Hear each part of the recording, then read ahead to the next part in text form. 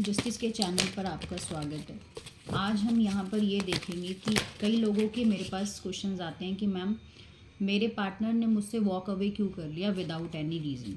तो यहाँ पर देखेंगे कि आपके पार्टनर ने आपसे क्यों नो कांटेक्ट क्रिएट किया है without any reason. Why create no contact without any reason. यहाँ पर जो भी व्यूवर्स इस रीडिंग को देखेंगे तो देखते हैं कि उनके पार्टनर ने उनसे क्यों नो कांटेक्ट किया है विदाउट एनी रीज़न।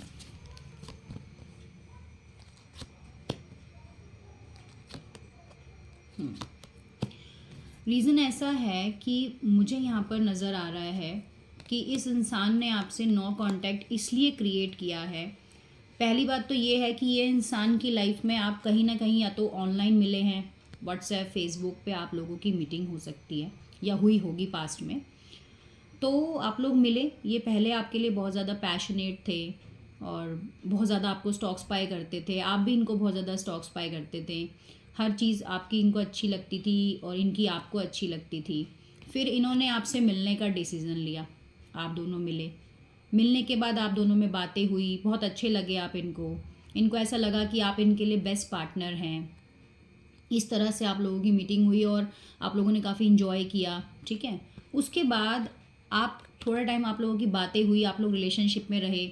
मेरे को यहाँ पर कई लोगों का 5 साल पुराना रिलेशनशिप भी लग रहा है, कई लोगों का 5 महीने पुराना, है ना, कई लोगों का 10 महीने पुराना, ऐसा रिलेशनशिप मुझे लग रहा है। तो आप लोगों ने इनसे शादी के लिए बोला या शादी जैसी कुछ बातें करनी शुरू करी, जिस वजह से ये इंसान जो है आपके साथ इमोशनली अटैच तो हो गया।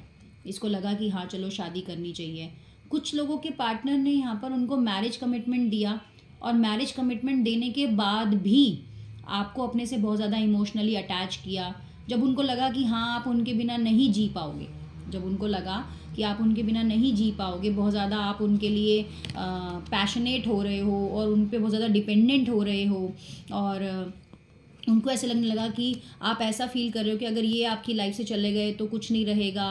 और मुझे ऐसा लग रहा है कि कुछ लोगों ने अपने पार्टनर को ऐसा भी कन्फेस किया है कि अगर तुम मेरी लाइफ में नहीं रहोगे तो मैं मर जाऊंगी या मर जाऊंगा, तुम्हारे बिना नहीं जी पाऊंगा, तुम ही मेरी दुनिया हो। ये सब चीज़ें सुनकर ना ये इंसान थोड़ा सा घबरा गया, समझ रहे हो, घबरा गया। इसे समझ नहीं आया कि यार अगर वाकई में ही कल को मैंने इसे मैरिज कमिटमेंट तो दे दिया, लेकिन अगर मैं इससे शादी नहीं कर पाया तो कहीं कहीं कुछ कर ना बैठे। कुछ ऐसे रीजंस हैं, है ना।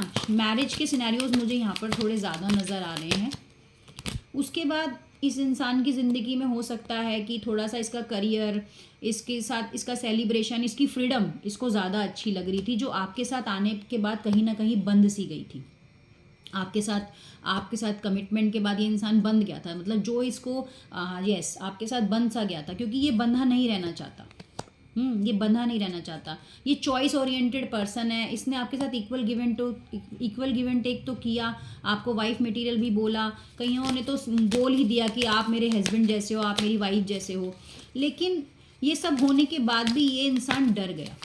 इसको ऐसा लगा कि अब इस रिश्ते में पता नहीं अगर कुछ नहीं हुआ तो ये कुछ कर ना बैठे, कहीं ये बात मेरे ऊपर ना आ जाए, है ना, विदाउट एनी रीज़न। हाँ, ऑफर देने के बाद भी विदाउट एनी रीज़न ये आपसे चीटिंग करके बाहर निकल गया, ऐसा हुआ। कमिटमेंट दिया, ऑफर दिया, सब कुछ, लेकिन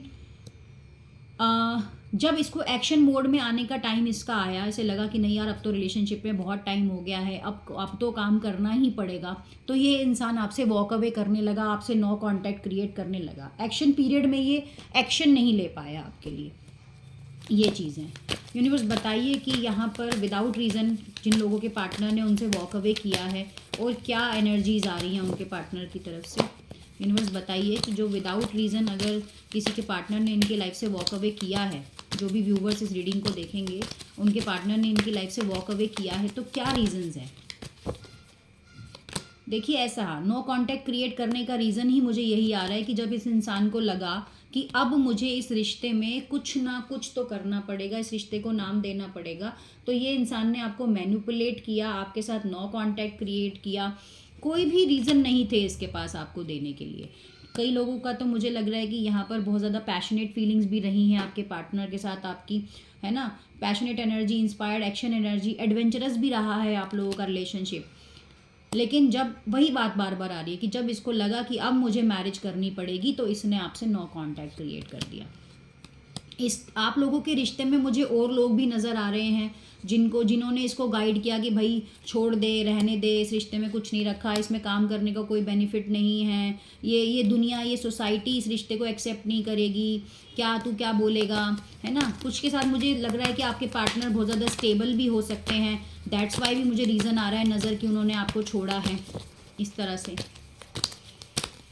रीज़न उनके पास कुछ रीज़न ऐसे हैं कि वो आपसे प्यार तो बहुत करते थे, लेकिन उनका नो कांटेक्ट का रीज़न मुझे मैरिज नज़र आ रहा है, स्टेबिलिटी नज़र आ रही है ना।